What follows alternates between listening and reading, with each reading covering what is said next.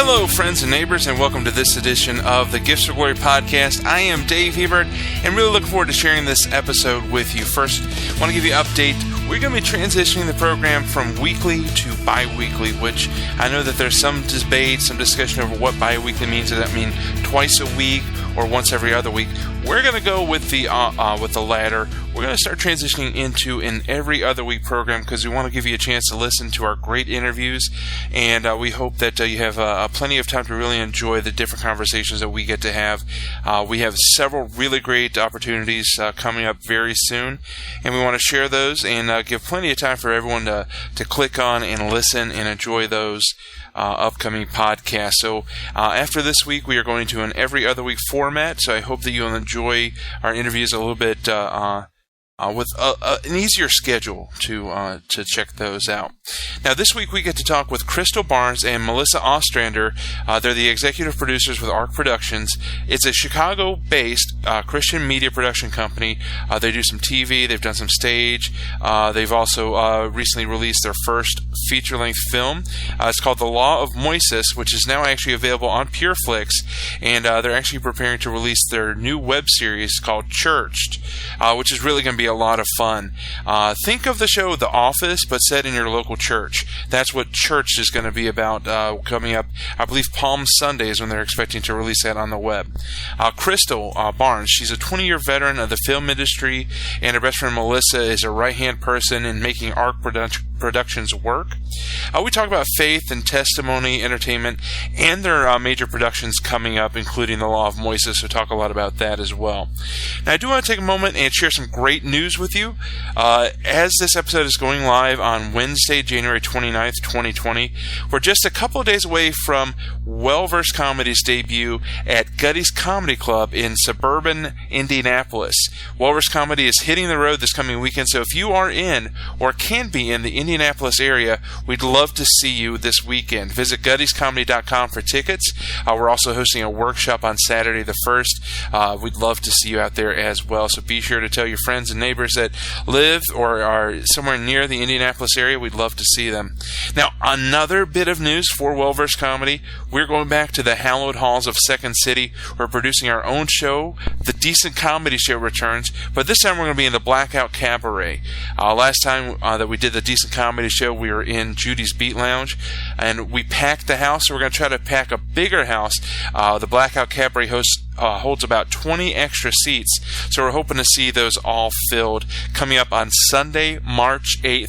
That's Sunday, March 8th. The Decent Comedy Show returns. Well-Versed Comedy on the stages of Second City, producing our own show. It's a guest performance there at Second City at the Blackout Cabaret. Tickets are available at secondcity.com. Just search for The Decent Comedy Show. Now let's get to our Devotions with Dave segment. I'm going to read a couple passages for you. I read these this past Sunday at church and during our call to worship, and I think that they're really important to consider, especially in just the temperature in this nation as we get ready for the 2020 elections. This is not a political commentary. This is a scriptural commentary, and I hope that you'll be able to hear it in the heart that it's intended. So first, I'm going to read from 1 Timothy chapter 2, verses 1 through 4.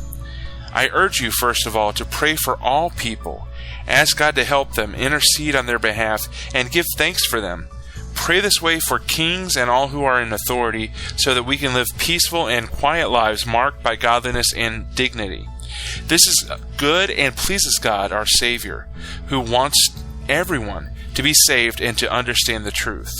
Again, 1 Timothy chapter 2, verses 1 through 4. Read those one more time.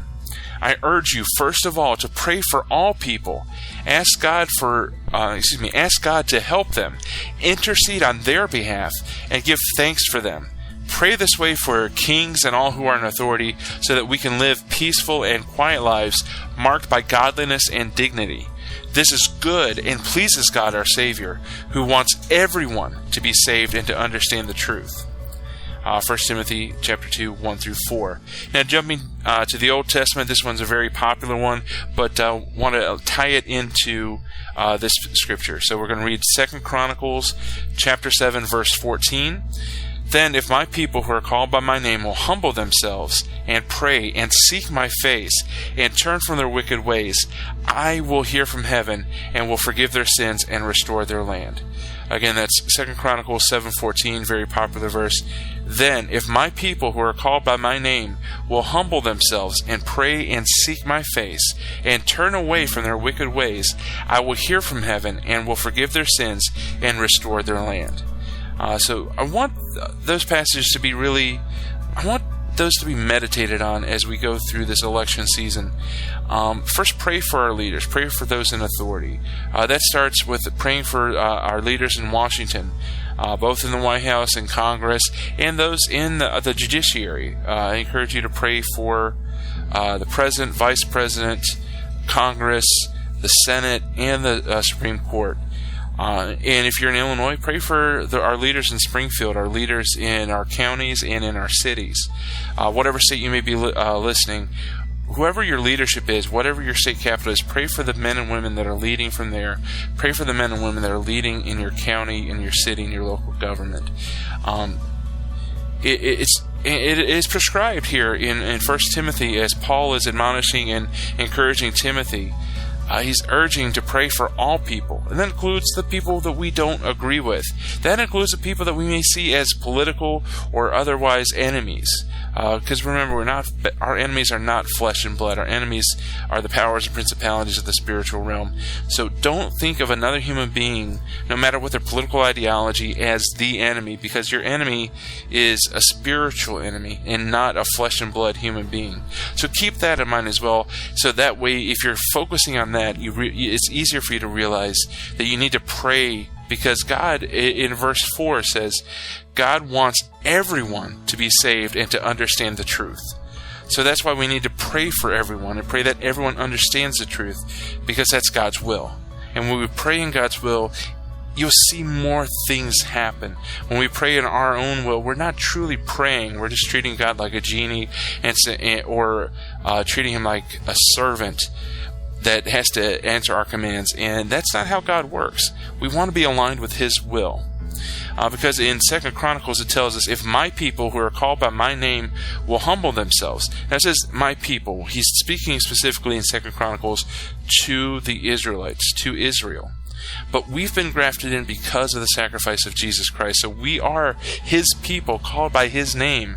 So we need to humble ourselves and pray and seek God's face and turn away from wicked ways. That's what the word repent means. It's a literal turning away from those wicked ways. If you turn away from the wicked, you're turning back towards God. And he will hear our prayers from heaven when we do that, when we take a posture of turning away from our wicked ways and turning back towards him. He will hear from heaven, he will forgive our sins, and he will restore our land. So I really want to encourage you to focus on praying for everybody, even those you disagree with, especially those you disagree with. If you're somebody that is hoping we see a change of the presidency in November, then spend the next months until January of 2021, until that change officially happens, pray for the president. If you're wanting to see this president remain, continue to pray for him. And pray that he will serve in a way that honors and glorifies God. And pray that those that are running against the current president, pray that they too would serve and lead in a way that truly honors and glorifies God. Not to turn America into a theocracy, but to turn us into a good country that has morals and has character, kind of how it was intended to be founded. So again, not trying to get political, just encouraging you to pray. The word tells us to pray ceaselessly. And if you scroll Facebook or Twitter, Instagram, you're going to find plenty of reasons to pray. But this year, especially with the election, with so much vitriol on all sides, I encourage you highly to pray. Pray for our leaders, and pray that we, as the church, the body of Christ, would know how to respond, when to respond, during the debates and the discussions that happen during the election season. So that was our Devotions with Dave segment. Let's get to our interview with Crystal Barnes and Melissa Ostrander. They're the producers with Ark Productions. We talk about faith, we talk about entertainment, and we talk about their two big productions. One is on PureFlix, and one is coming out later this spring. And we are on the Gifts of Glory podcast, where we celebrate and promote men and women using their gifts, talents, and passions to honor God. And we are now joined by two of the members of the board of Ark Productions, Crystal Barnes and Melissa Ostrander. Ostrander. I should have spelled it with an A-H, I pronounced it correctly, so I butchered it. So this interview is going off greatly so far. But Ark Productions is a faith-based production company. You can find out more at arkproductionschicago.com. Yes.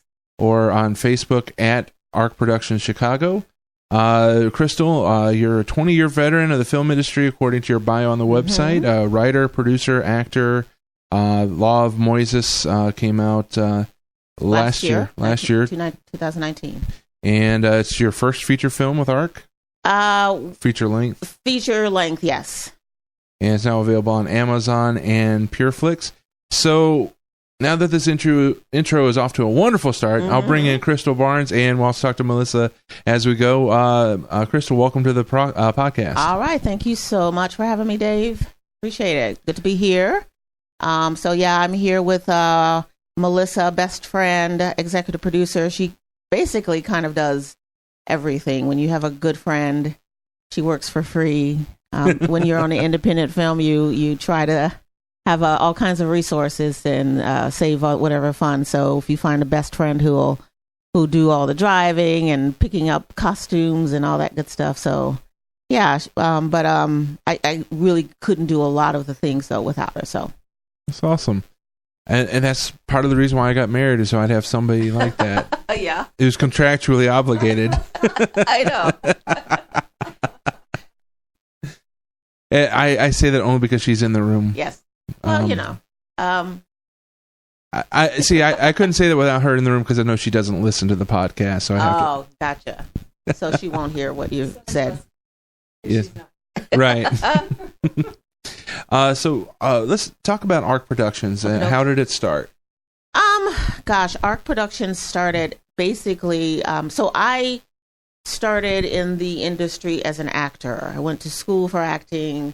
I went into the profession and did that for a number of years, and just found that as a Christian, things started to become a lot limited to what I could do. So I felt like I was not able to audition for things because of my beliefs, and so I just thought I should, start something, write something, do something, so that not only I will have an opportunity to perform, that there might be other Christians who feel the same way, who would want to perform as well. So I started out just writing plays. I didn't really officially form a company or anything, just kind of doing it. And then around, 2000, I started with plays, so children's plays. I did The Missing Smile, which is the first play that I ever wrote or produced with Ark Productions unofficially. And then in 2003, I officially formed the company, and it was really just to inspire, to motivate, to change, and to have a forum where people who are Christians and non-Christian who could work together and come together, do some great works, and still have fun. Not that we didn't really want to do serious Christian dramas. We wanted to have fun. We wanted to make fun of ourselves as Christians. I don't think that we do that enough. But in 2003, Ark was officially formed, and from there, just producing mostly short films and stage works, and then Spiritual Night Live is when we kind of did more kind of sketch comedy. And then from there, The Law of Moises, and now we're up to a point where we're working on a web series called Churched. So basically, it just kind of started out of a need, not only for myself, but for other people to have a place where they can take their gifts that they've been given from God and use them, utilize them, and kind of, whether it's for the world or just for ourselves. Mm-hmm. You mentioned a minute ago about how you felt like there weren't a lot of opportunities, or maybe your faith was preventing you from getting opportunities. Was it more that you chose not to pursue opportunities because of your faith, or the door was shut because of your faith? Well, it was kind of both. I mean, I was working as a full-time actor. I had my Screen Actors Guild card. I was in equity, so I was performing in theaters in Chicago, like the Goodman and Steppenwolf, and doing, some film work and commercials. But what had happened was, I started, my agent would start giving me scripts, and it was like, okay, there was a lot of profanity. One particular point, there was a play that I was auditioning for that was going to start in Chicago and going to go to Broadway. And they wanted nudity, my character. And I was like, I didn't realize at the time as I auditioned, but because I didn't have the full script. So I auditioned and I started reading the script, and they called me and offered me the part. And I said, I really, really would love to do this, but I'm just having an issue with this. And they said, well, you know what, we'll give you 48 hours and we'll call you back. So I'm like, okay. So they called me back in 48 hours, and I'm like, yeah, I really have an issue with this. So, and they gave it to someone else. It did go to Broadway. She's actually a pretty well-known actress who got that part, Yeah. So it's one of those things like that. I've been kind of blackmailed in theater. I've, blacklisted. I'm sorry, blackmailed into blacklisted. Thank you. And in the theater, because I've been a part of things, and when like the scripts would change, I was like, I can't do this anymore, and so I started not getting calls. So in some ways, it was me not pursuing it, but also the doors being shut. Right. So a combination of both. And hearing that story reminds me a lot of Cameron Arnett, who is the star of Overcomer. He played Thomas Hill, the gentleman in the hospital, and I interviewed him for the podcast in October. Okay. And he was an up and comer in Hollywood. He was on Star Trek: Next Generation, and he auditioned for a role that required nudity, and his faith said no, he can't do that, even with a body double, because it's the appearance of evil. And he got blacklisted for a long time. And he's kind of having a renaissance of his career because he's getting into more faith projects. Gotcha, yeah. So it's just really cool to see how God is redeeming the good choices. It's not always immediate, like you make the choice and then God's going to provide the next day. Sure, yeah. Sometimes the test is saying no and then making your no be a no. Yeah, and also I have to say there are times when I've said, I can't do this, and there have been producers and directors who are like, okay, whatever. I've had that on some film sets and some theater, so it's not always you're like, not, people aren't going to understand. They may not, have the same beliefs, but I think they can respect those beliefs. So I think it's the lesson here is, you definitely want to stand firm on your beliefs. And like Dave said, you may, or, God may say, close the door, and it may not, open back up for some time, but it's not always the door is going to be shut. But for me, it started to get more and more like that. And I just wanted to put more of the, more of the opportunities in my own hands so that I could decide, when and how and what. And it's still been a challenge because a lot of times it takes money, and when you don't have that, it's you can't do so many things. But that's a whole nother topic. All right, so let's bring in the reluctant Melissa. Melissa Ostrander. So how at what point, Melissa, did you get involved with Ark Productions even before it formed, and kind of talk about your current role with Ark? I think I really got involved with just Crystal. So I moved to Chicago in 2004, and I met Crystal almost the second day that I was here.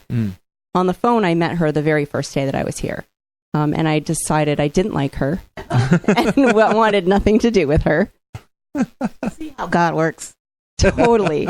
And when we met in person the next day at church during midweek, things just kind of started happening where we were kind of thrown together more. And God put me on her heart, and she sort of took it upon herself to make sure that I understood the city of Chicago and kind of how things worked and helping me get around. Like you have to pay for parking everywhere. There is parallel parking. I come from a smaller place, okay? What's a smaller place? Well, the city of Albuquerque, New Mexico. Oh, okay. It's a big city, but it's not like Chicago. You can drive up to a parking lot to almost any building. You can find parking very nearby. You can literally go to work without your jacket and run from your car to the building, and you won't freeze to death. You know, because you're not parked that far. Like, you don't have to walk 2 and 3 and 4 blocks. So when I got here, one of the things that she told me is just to make sure I read the signs for parking. I came here with a 4-wheel drive truck. Trucks aren't welcome in a lot of places, especially 4-wheel drive with a truck license plate. And so reading the license plate, the street signs was going to be really important for me with parking. Right. And I said, "What do you mean?"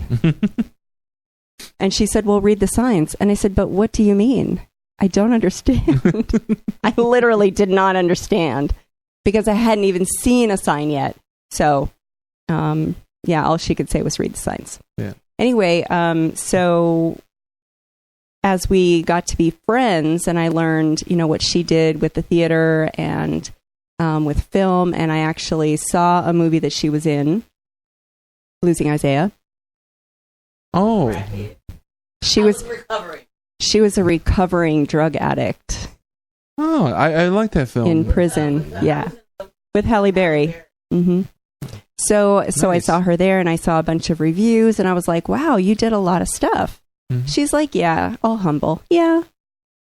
Just this thing." And so then, that summer, she was working with a friend of hers, and she was going to be helping produce his short, and she kind of roped me in, "Hey, we're going to do it on the weekends. Why don't you come along?"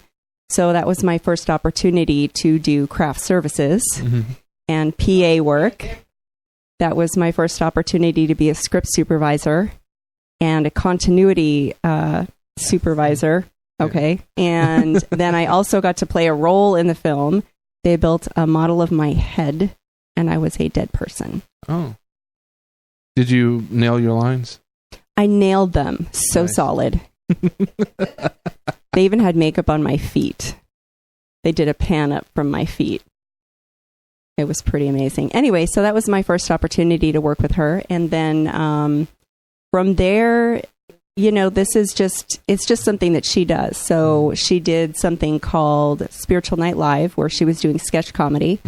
And the sketches were pretty darn funny and pretty unattended. And then she did the Greasy Plate, and then she did the Law of Moises. And there were other things that she was doing, as well as teaching theater and just a lot. She's always busy doing things. So it was really interesting. And it's a whole different world from my world, working more in business or retail. So arts had no entry into my world other than going to a movie or going to the theater. So this was interesting being on the other end. What brought you to Chicago? Work. Work? Okay. And so you met her on the phone day one. Or I might say God did. Yeah, God did. Yeah, because it's been an interesting ride. Anyway. You guys met on the phone the day you arrived, and the next day you met her at church.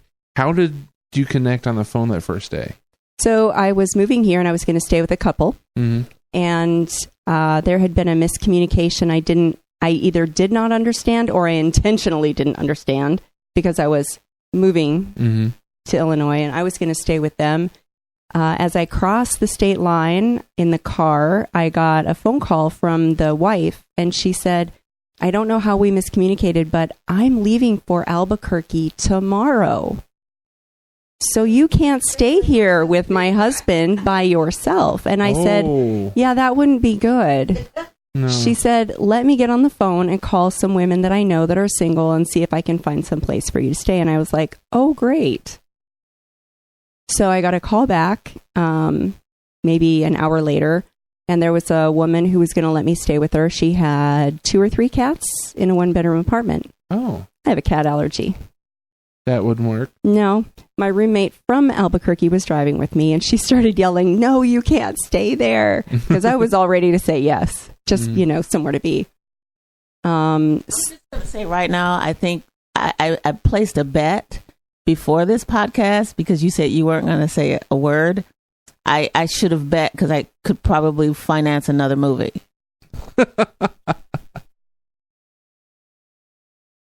Wait, would that work though? A faith-based film funded by gambling? Oh, it would be gambling. Righteous gambling.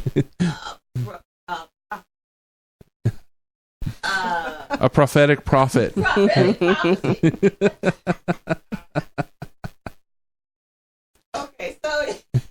so we met over the phone because she was trying to find. I needed to find a place to household with women to live with, and I was one of the women that was called.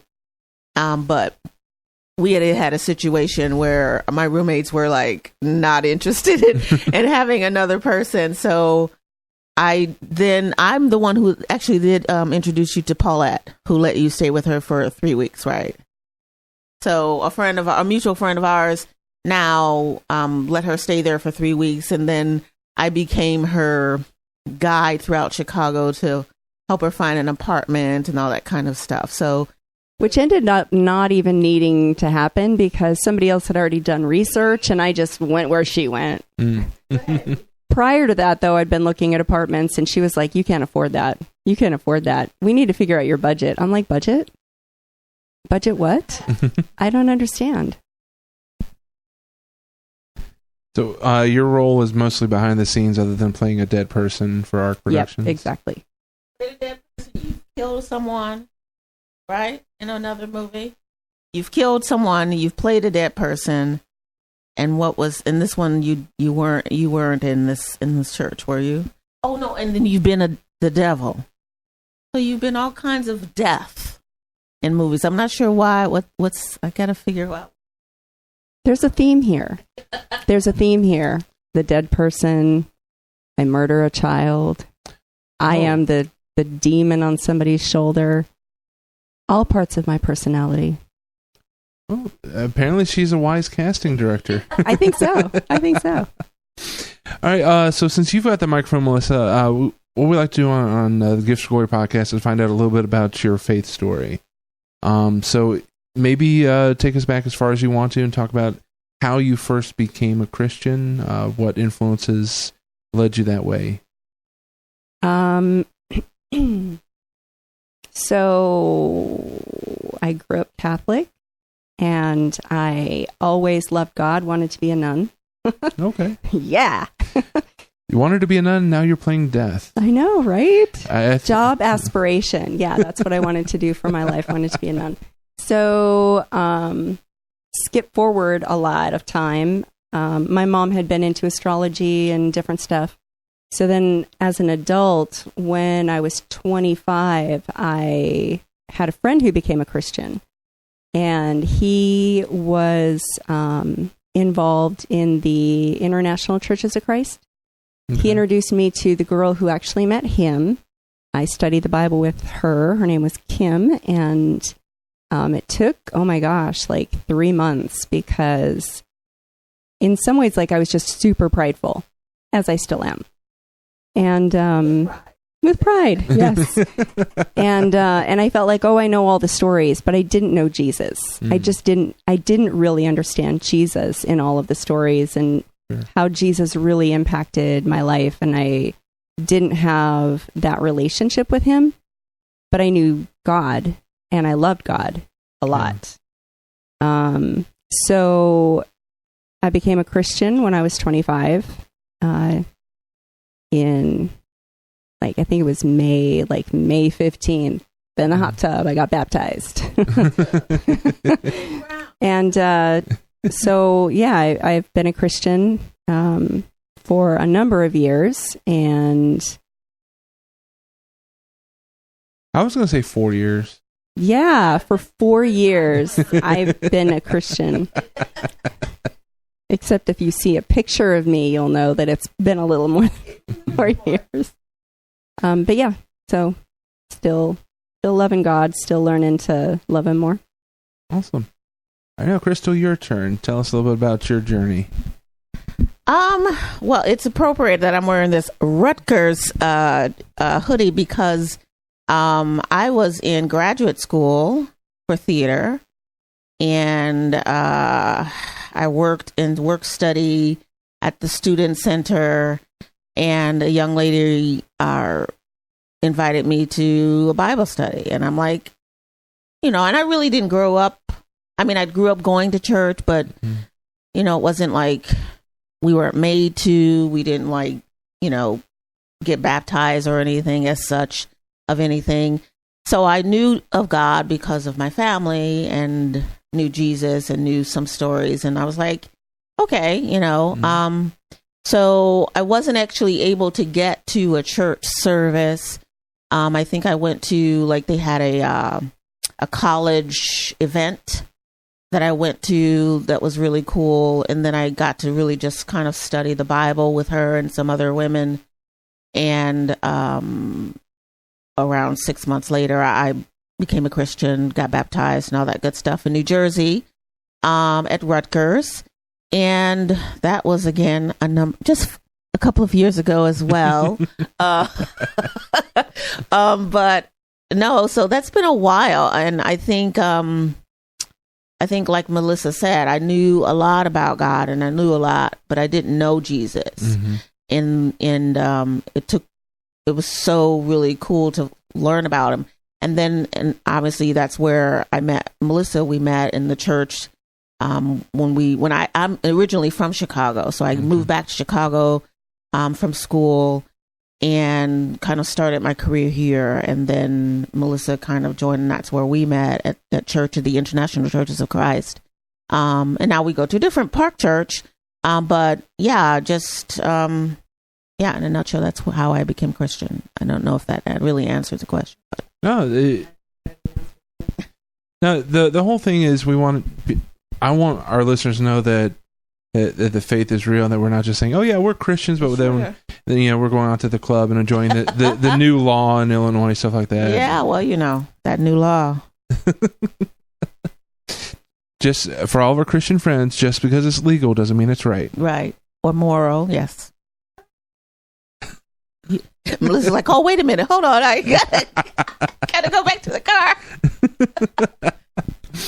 So you guys meet, Ark Productions starts, kind of doing some things before you officially make it Ark Productions. Mm-hmm. The biggest project has been Law of Moises. Yes. It's first feature length. For sure. And I know that it was the planning stages and the trailer was starting around 2014 at least. Oof, probably. Yeah. I think, the trailer, we got to the trailer around 2014, but I think the writing was starting around 2010. Yeah. So even it took quite a while. Because you and I met briefly at Caritas 2014, right after my wife Bobby and I had started dating, and it was at Wheaton Academy. Mm-hmm. And I was like, wow, I want to be a part of that. And then life got busy, but I always kind of saw it on Facebook and I think LinkedIn. I think you have a few things on there. So for people that are listening, talk about how it was where the inspiration for the movie came from, and kind of talk about the process of going from writing it as early as 2010 to finally getting it done almost 8 years later. Yeah. So it's called The Law of Moises. And when I started writing it with, I talked about our friend Paulette. We come up with an idea, and I wanted to do something that was kind of present day Bible story, but wasn't really a Bible story. So you wouldn't and I thought, why not can we do the story of Moses, but present day? Mm-hmm. Wouldn't that be cool? So I kind of just start tossing things around. And then I don't know, within a week, there was a flooding going on in Cairo, Illinois, that almost took out the town. And I think there was a blow the whatever. They had to make a decision. Either they're going to save Cairo, which is historic, or they're going to save the farmland in Missouri, which is not historic, but is definitely disadvantageous to the farmers. Mm. But the farmers had insurance in Cairo flooding. Yeah, it's a floodplain. It's a delta. It's great land, but it's also prone to flooding. That's what it does. So that happened. And when I saw Cairo, Illinois, I'm like, it sounds like, they pronounce it Cairo, but it looks like it's spelled Cairo, as in Egypt. So I'm like, wow, there's a Cairo, Illinois. And I started kind of putting things together. I'm like, okay, but Moses and Egypt and whatever. And I thought, what if Moses is from Cairo, Illinois and all that? So I just kind of started writing it. And it took quite a long time to write. I wrote a couple of, revisions. I gave it to people to read. Some people were like, yeah, I don't see this. Whose story is it? All that kind of stuff. Rewrote it. And sometimes at some point I started to say, you know what, this is a story I'm writing. I hear what you guys are saying, because most people want it to be really this deep drama or drama, and I was like, no, I really want it to be fun and light. Mm-hmm. I know there's supposed to be plagues and everything, but there's a way to still make that fun and light. And so eventually, when I got to a point where I felt like it was there, I had a live reading of it. And then I was like, I'm not a director. I'm needing to find a director. And I started to look for people to direct. And that was pretty a challenge because I was, within the industry, you want to find someone who at least has a track record, who can helm that, but still is going to have the same kind of vision that I had for the script. But I didn't want to have someone who was like, oh, we're going to take this and make it some about crystals and all kinds of stuff. So I finally thought I found some guy and got a contract with him. And that was, we were moving forward until I realized, no, it just didn't have the vision.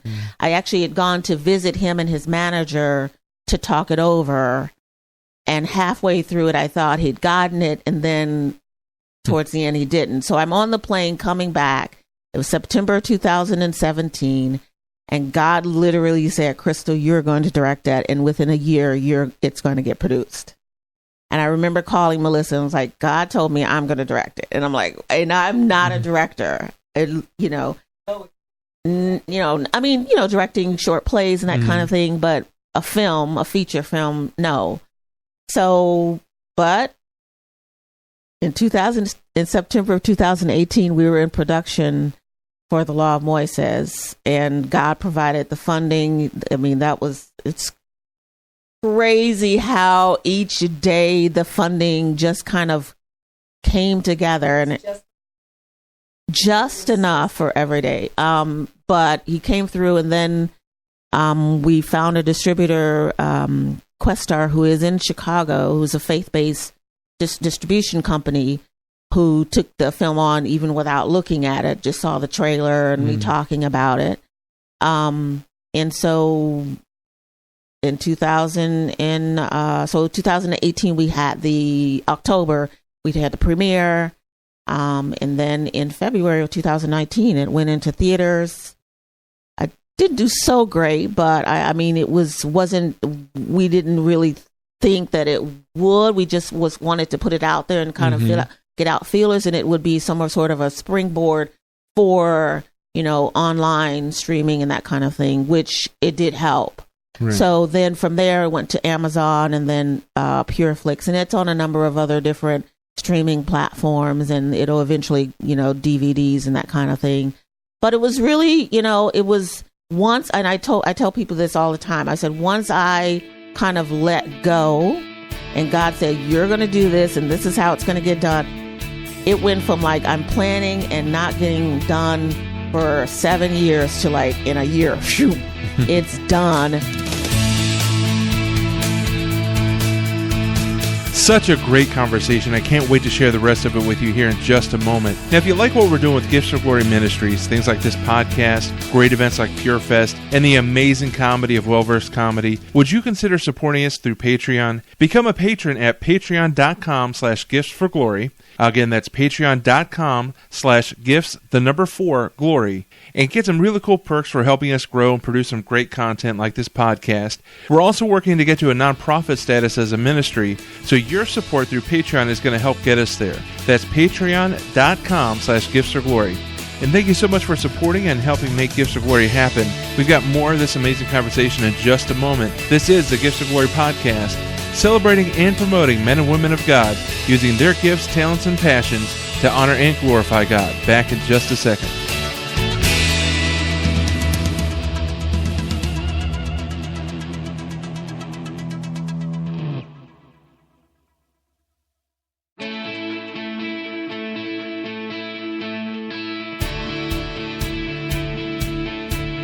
I tell people this all the time. I said, once I kind of let go and God said, you're going to do this and this is how it's going to get done. It went from like, I'm planning and not getting done for 7 years to like in a year, shoot, it's done.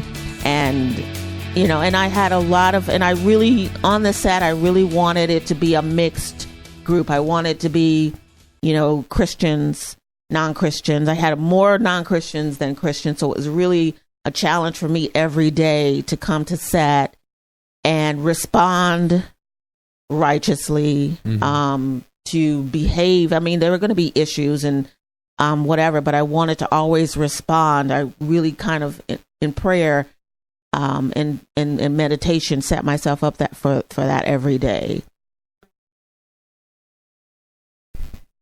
Because she might be the only person that some of these people ever come in contact with as a Christian. Mm-hmm. And as a Christian who is really focusing on her walk with Christ and wanting to live that righteous life and not self-righteous, but in a loving way like Jesus would be. And I have to say, too, all the time that she was writing and rewriting and having people read the script and give feedback, paying for feedback, and all of those different things. It was a really long time. And I don't know that people can understand just how quickly things happened when God did tell her that she's going to direct. And she said yes. Yeah.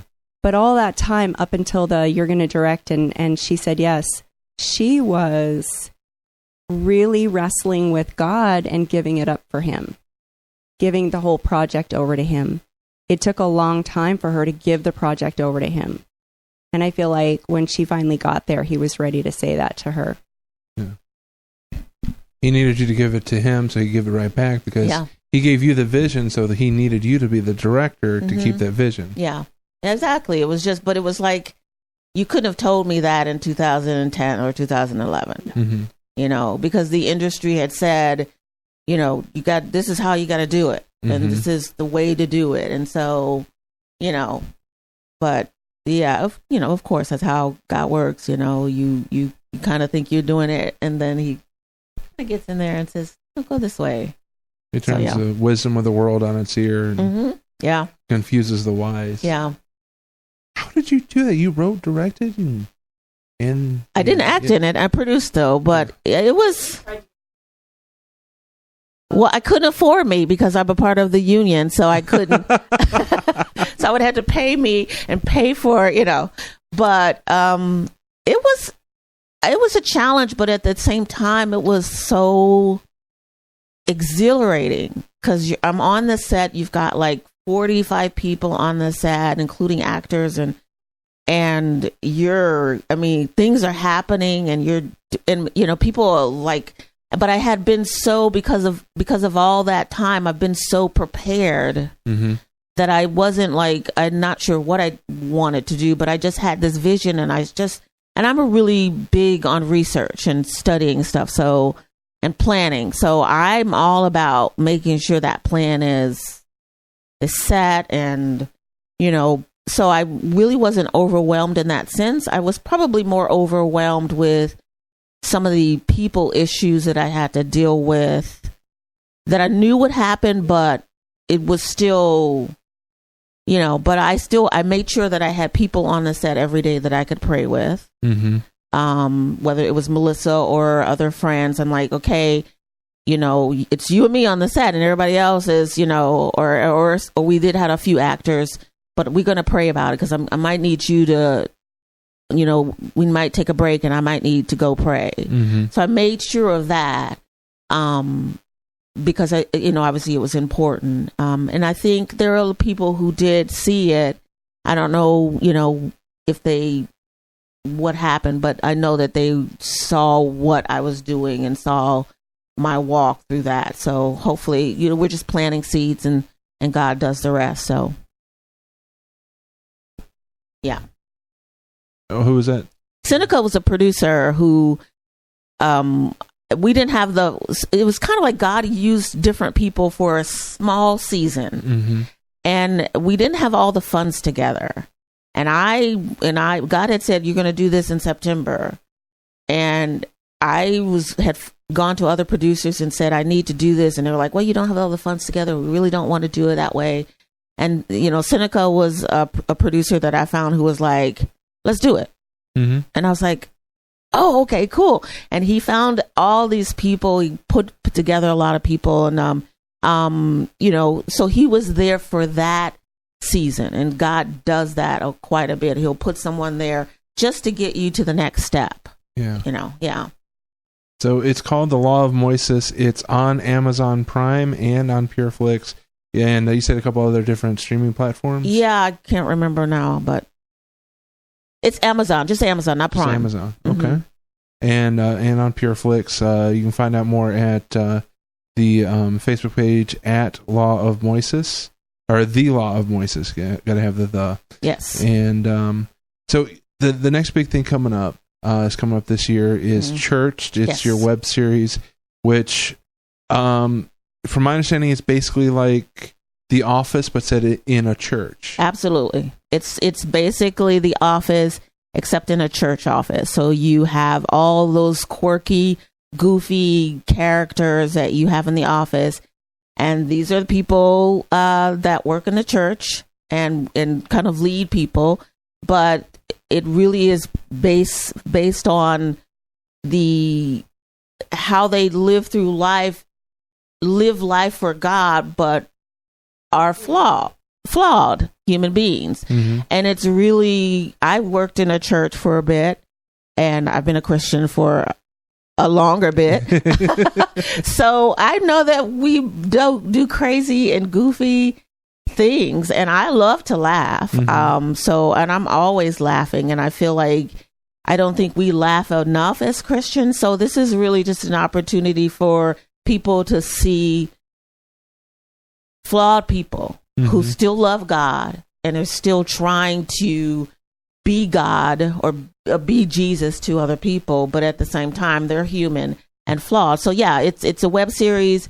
It's going to be coming out, we're hoping, like the week before Easter, and it's a 5-minute episodes, and we'll have 10 episodes, and then hopefully we did get some funding from the state of Illinois through a grant.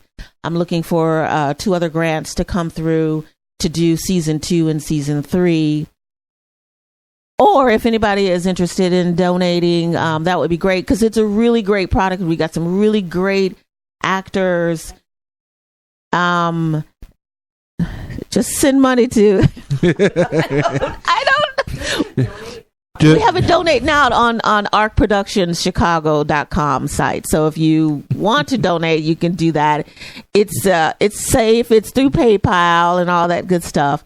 But yeah, just put your hand on your computer as you're listening. You can put your hands on the computer and you can just throw a cash my way. I'll be down at Dave Ebert's church until tomorrow. I can stay here if you want. But no. So yeah. Yeah, but it's a web series. It's a comedy web series, and hopefully it's as funny as The Office. Not as crass, but as funny and as goofy as The Office is. And I just think I've heard everyone that I've talked to, when I say it's The Office except in a church, people immediately get it, and it's immediately like says a lot of things to people. So. And I imagine there's a lot of people that immediately start casting in their head who would be in their church would be the Michael Scott or this character, that character. Absolutely. Yeah. And so we've got the worship leaders, we got the main pastor, we got the family pastor, their wives, we got some of the office people who are interns, and then we got some character in there that you're not quite sure what she does, but she's a different character. But yeah, it's fun.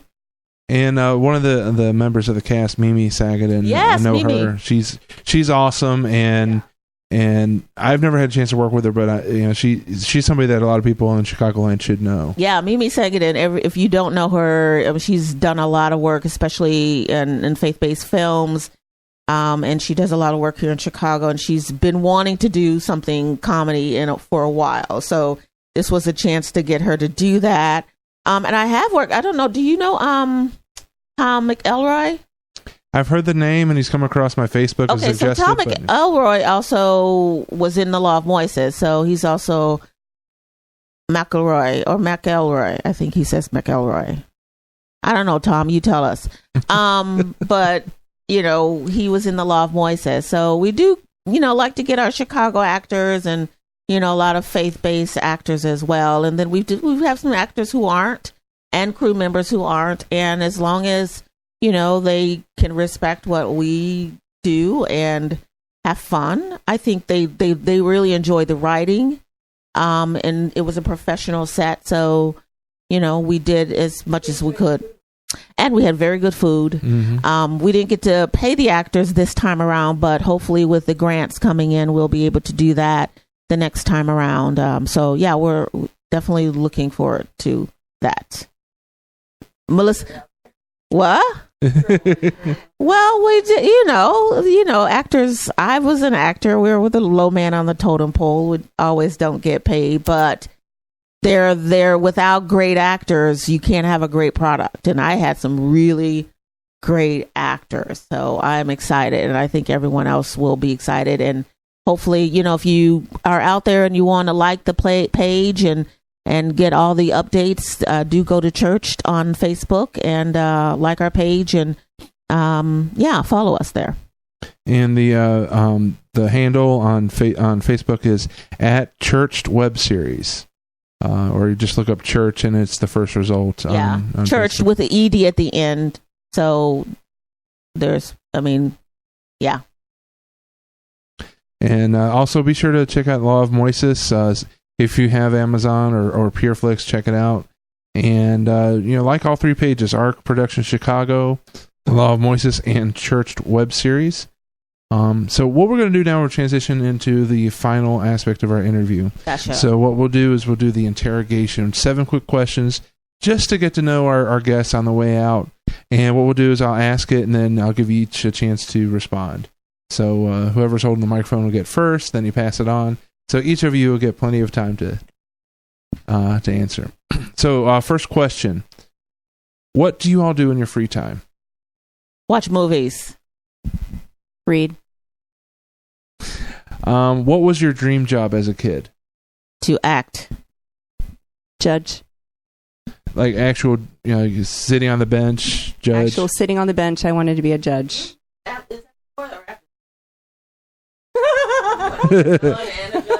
Well, okay, so maybe the first thing I wanted to be was a nurse because my mom was a nurse.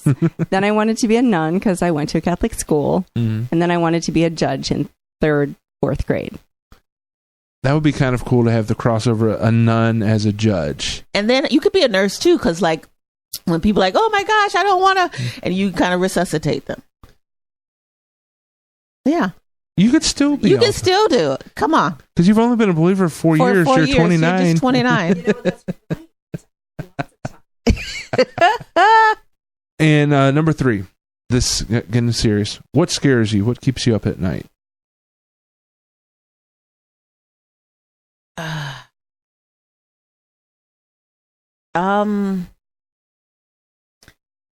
Sex trafficking.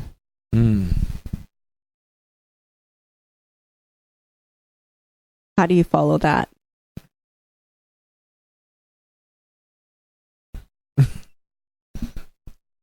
So, what most excites you about Ark Productions and the projects that you're involved in now and are developing? I'm excited that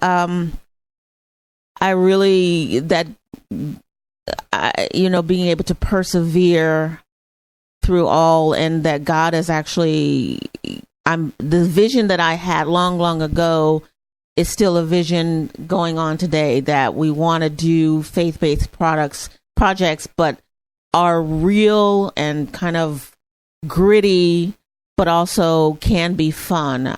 So it's not, we want to definitely do different things, and that's really exciting because I feel like there aren't enough of that. I also like the idea that as a Black woman and being in an industry where there aren't very many people on the other side of the camera who are minorities who are doing it, and also providing those opportunities for other women and other minorities, because it's so, not that. And I really want to provide those opportunities, and that's exciting to me because especially on church, we were able to provide those opportunities for women who never actually worked on a set but wanted to, and it was really cool to have them to do that. And so that's exciting. So I guess the vision, and also being able to provide opportunities where people might not have an opportunity. Nice. I think it's exciting to be able to share these talents with the world. And I think that God really wants his messages to get out there in a way that aren't so serious all the time. So serious that they're just, it's almost like it's just preaching to the choir. Mm-hmm. It's a movie for me. It's not a movie for somebody who's lost. So I'm really excited about creating works that are for people who are lost, who can see God, who can see Jesus, who can see Christians who are relatable, who are real, who make mistakes, who might swear, who do things that as a Christian we're like, oh, don't do that. But we do that. And if people don't see us do that, then they don't see how real we are. Mm-hmm. We're flawed and fallible and funny. And I think that, oh my goodness, funny looking. I think that by seeing that, I think that it is what God wants people to understand about him. Mm-hmm. And he's funny. He's got a sense of humor, and he wants people to know that as well. And I think just really being ambassadors is what this is all about for me. Planting seeds and, maybe getting a chance to water them as well. But yeah. I feel like that's our job as Christians, to plant seeds and put that out there for God to do work. Awesome. All right. Question number 5. What's one thing that you would do over if you could? I gotta look. Probably. Well, the first thing that came to mind always was when I was in high school. I went to high school in Miami, and my school was probably 80% Hispanic. And, they were like, you should learn Spanish. And I was like, I'm an American. But now I really wish I could have learned Spanish. That would have been helpful. That was the first thing that came to mind. The second thing to come to mind was I really wish that I wouldn't gone. I wanted to go to college, but I didn't want to get into college debt. So I think the one thing I would maybe do is actually do college right out of high school instead of waiting forever to do it. Yeah. Okay. All right. Question number 6. She's like, no, you're not going to take the mic back. Who's your biggest fan? Who's your biggest supporter? Probably Crystal, next to my mommy. Okay. Melissa Ostrander. Question number 7. If budget were not an issue, what story would you most want to tell, and who would be the lead actor? Well, I don't know who the lead actor would be, but the story I want to tell is about the Wingfleet Express and how the hot air balloon crashed into the bank building in downtown Chicago. I tell you, I want to tell that story on film. I think it's exciting, and I'm working on it. Now, the lead actor, so I've got an idea to have multiple storylines going on, so I'm not sure who I would want doing each one of those pieces. Wow. So there are a couple of things that I would with no budget. There's a children's book called Pink and Say. John Leguizamo? Is he his From Fargo? Fargo? Oh no, his name is John. You're talking about Steve Buscemi. yes. Okay, so this is really weird. As you're talking, and you talk about a balloon hitting a building, and you're like, I'm not sure who the lead was. The first person I pictured was Steve Buscemi. So we're supposed to do this movie. Okay. Yep. Done. Y'all need to be donating. I'm saying it's going to happen. Okay. Pink and Say, which is a children's book about a slave boy and a kid who fought. 2 boys, but one's a slave boy run away, and one kid is he was with the Union Army, and he gets sick or he wounded, and the slave boy finds him, brings him into the cabin with his mom, and I forget the movie. I forget it, but it's called Pink and Say, and it would be kind of a Civil War type thing, but with these 2 boys and their friendship. And it's a true story. It's the great grandfather of the writer who wrote the book. Mm-hmm. So I would do that. There's I would do the life of Bessie Coleman. There's a woman that we're reading about who fought in the Revolutionary War?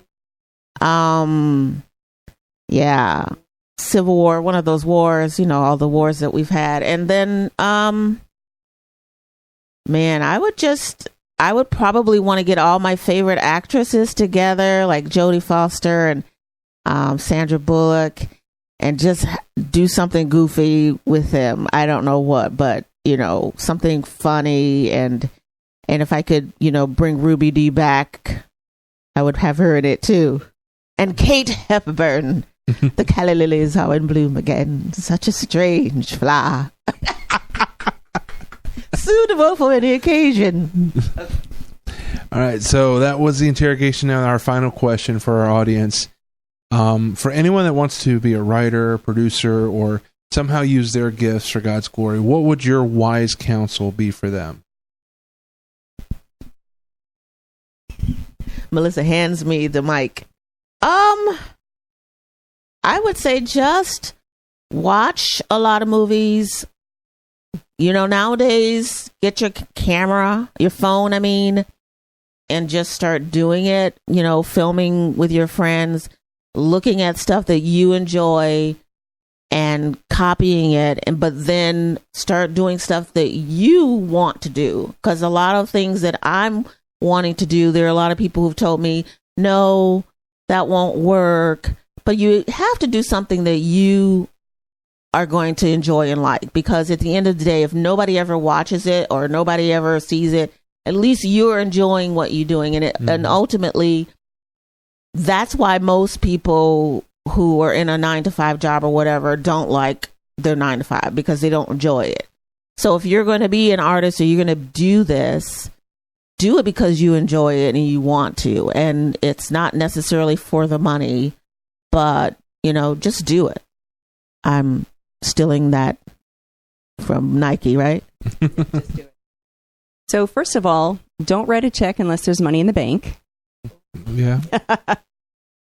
Unless you're in Congress, then that works. Well, then you can just make more. So who cares? And then, as trite as it sounds, I would say pray. Because this is, for me, watching Crystal go through this. That prayer and really working through and struggling with giving it up, and have people around you who are not going to be afraid to tell you, you're not submitting this to God. You are taking ownership of this, and you're not really giving it to Him. You've not let it go, because unless you let it go, He's not going to work that way, because then it's all about you. Right. I'm sorry. I kind of disagree, only because I think he will do stuff, but I don't think because we get blessed and we think our blessings are when if all the good stuff is doing it, but it's may not be that blessing. Our blessing may be the hard work, the trial that we're going through, and that's the blessing. But I hear what you're saying. It's like he'll give you what you want, but it's the relationship with him is what you really need and want. And so if you're going to he's going to give you what you want on this earth, or do you want really what's real? But I don't know. Never mind. Yes. She was saying something totally different, but I just felt something compelled to say. Jake, you want me to make a pot Coke? I can't. So Crystal ended up owing her a Coke. I did. Because she just can't stop talking either. But it's really, to me, it's really about prayer. It's really about giving up this dream that you have to God to make sure that it's the dream He wants for you as well. I think that all the work that she did is important. Not to say it wasn't important. She had to keep on moving and pushing forward. But I think that as she was pushing forward, it was, holding tight to this dream, and she had to finally let that dream go. She had to even get to a point where when people gave her the feedback, and it was harsh, and some of it was very ugly feedback that she got from people, she had to acknowledge that this was God, even that they're kind of giving this feedback to. And it hurt, and it's wounding, and it's your baby that they're saying is ugly, but unless you're able to give it to God, He's not able to kind of come back in that same way. And I understand what she was also trying to say. But I just really saw personally, and I think that it made my faith grow, watching what she had to go through and how she had to give it up. Sometimes you have to put Isaac on the wood. Yes. All right, very good. So Melissa Ostrander and Crystal Barnes from Ark Productions, Law of Moises, check it out on Amazon or PureFlix. And be on the lookout for Church, the web series coming around Palm Sunday, the week before Easter. And then season 2 this fall once the grants come through. Thanks so much for everybody listening. Bye.